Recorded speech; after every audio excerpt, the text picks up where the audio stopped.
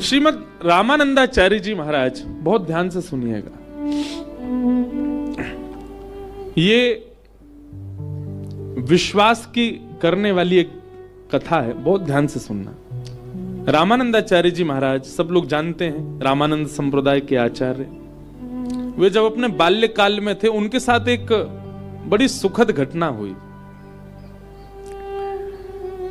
एक गांव में एक महात्मा आए और वे महात्मा आकर के नाम की महिमा सुना रहे थे। बहुत सावधानी से सुनना सब लोग।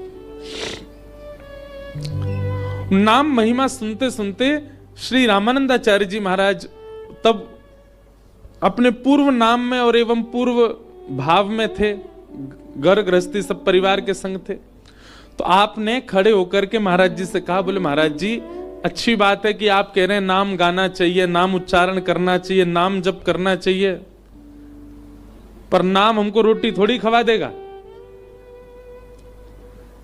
जीवन जीने के लिए कर्म तो करना पड़ेगा ना हमको।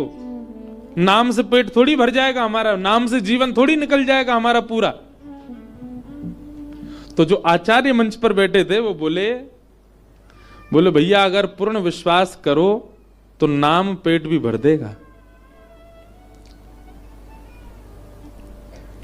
तो रामानंदाचार्य जी थोड़े छोटे बालक, थोड़ा उनमें हट तो था ही। तो आप श्री ने कहा ठीक है, तो फिर ठीक है, मैं अब कुछ नहीं खाऊंगा, केवल राम राम जपूंगा, देखता हूं राम जी मेरा कैसे पेट भरते हैं। और गांव से दूर चले गए। गांव से दूर एक नदी के किनारे एक विशाल वटवृक्ष था। उस वटवृक्ष के नीचे जाकर के बैठ गए और राम राम राम राम राम राम राम राम राम राम राम राम जपने लगे। तभी आपने देखा कि नदी के किनारे कुछ लोग विचरण कर रहे हैं। तो आपके मन में भाव आया कि हो सकता है कि मुझे साधु महात्मा कुछ संत समझ के ये लोग खाने पीने दे जाएंगे मुझको। इसलिए आपने सोचा नीचे बैठना उचित नहीं, पेड़ के ऊपर बैठ जाता हूं। पेड़ के ऊपर बैठ गए। कुछ नहीं, बस गांव के लोगों से कह के आए थे, राम जी अगर पेट भर देंगे तो मैं पूरा जीवन राम नाम में ही निकाल दूंगा। राम राम राम राम राम राम पेड़ पे बैठ के जपने लगे। तभी क्या हुआ,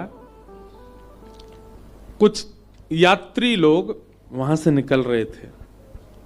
उन्होंने देखा विशाल वटवृक्ष है, बढ़िया छांव है, सुबह के हम लोग चले, कुछ पाया है नहीं हमने अभी तक, इस वृक्ष के नीचे ही बैठ जाते हैं और यहीं कुछ पा लेते हैं प्रसादी। उस वृक्ष के नीचे सब लोग बैठ गए, अपनी पोटली वोटली सब खोल दी उन्होंने और सब नदी में स्नान करने लगे, आचमन करने लगे। बोले सब लोग यहीं प्रसाद पा लेते हैं।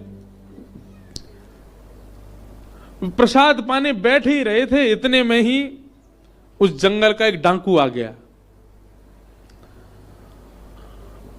डाकू के आते ही महाराज उसके घोड़ों को आते देख, उनके हाथों में सब औजार और वो सब लगे थे मारने के, उन सबको देख करके वो सब अपनो सामान वामान सब छोड़ छाड़ के मजे भाग गए।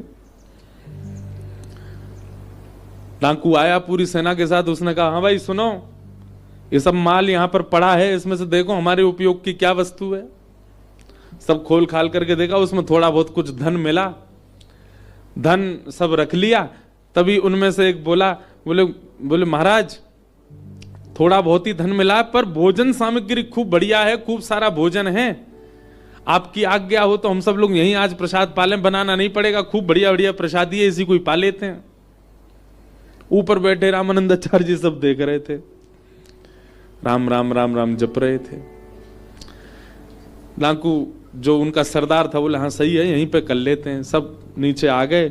जैसे ही प्रसाद पाने के लिए बैठे, पता नहीं कैसे जो सरदार था डाकुओं का, उसकी दृष्टि पड़ी ऊपर, और जैसे ही उसने ऊपर देखा तो रामानंदाचार्य बालक बैठे थे।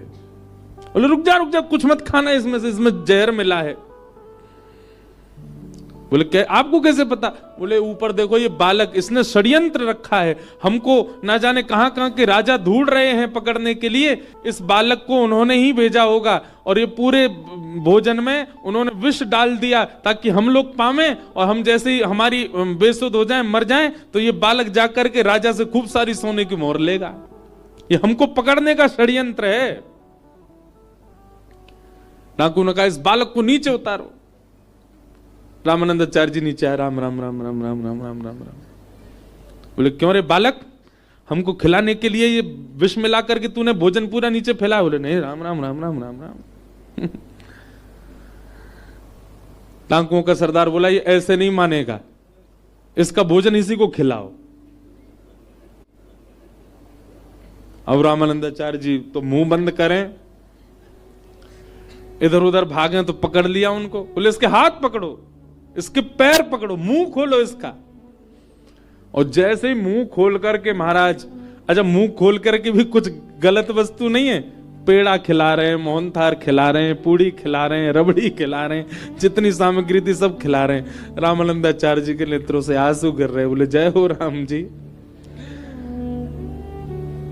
ऐसा प्रसाद तो मैंने कभी नहीं पाया कि 56 भोग ठूस ठूस के खिलाए जा रहे हैं। ये है राम नाम की महिमा। और उसी समय हमारे विश्व को, हमारे भारत भूमि को एक आचार्य मिले, श्री रामानंदाचार्य, राम नाम की महिमा से, जिनके शिष्य स्वयं श्री रैदास जी महाराज, श्री कबीरदास जी महाराज, ये सब उनके शिष्य हुए। इसका मतलब ये नहीं कि आप भी बैठ जाओ गंगा जी पे, राम राम राम राम। अच्छा एक बात बोलूं, करके देख लो, कोई बुराई थोड़ा ही है। राम जी कहीं ना कहीं से कृपा कर ही देंगे। लेकिन हम एक बात कह रहे हैं, जब हमको एक कथा से ये बात विश्वास हो गई कि राम नाम से अन्न मिल रहा है, तो क्यों ना उस राम नाम से राम को ही मांग लो। जब अन्न साधन मिल सकता है तो स्वयं राम क्यों नहीं मिल सकते? भगवान नाम अति श्रेष्ठ। इसलिए नाम बहुत आवश्यक है जीवन में, भगवान नाम।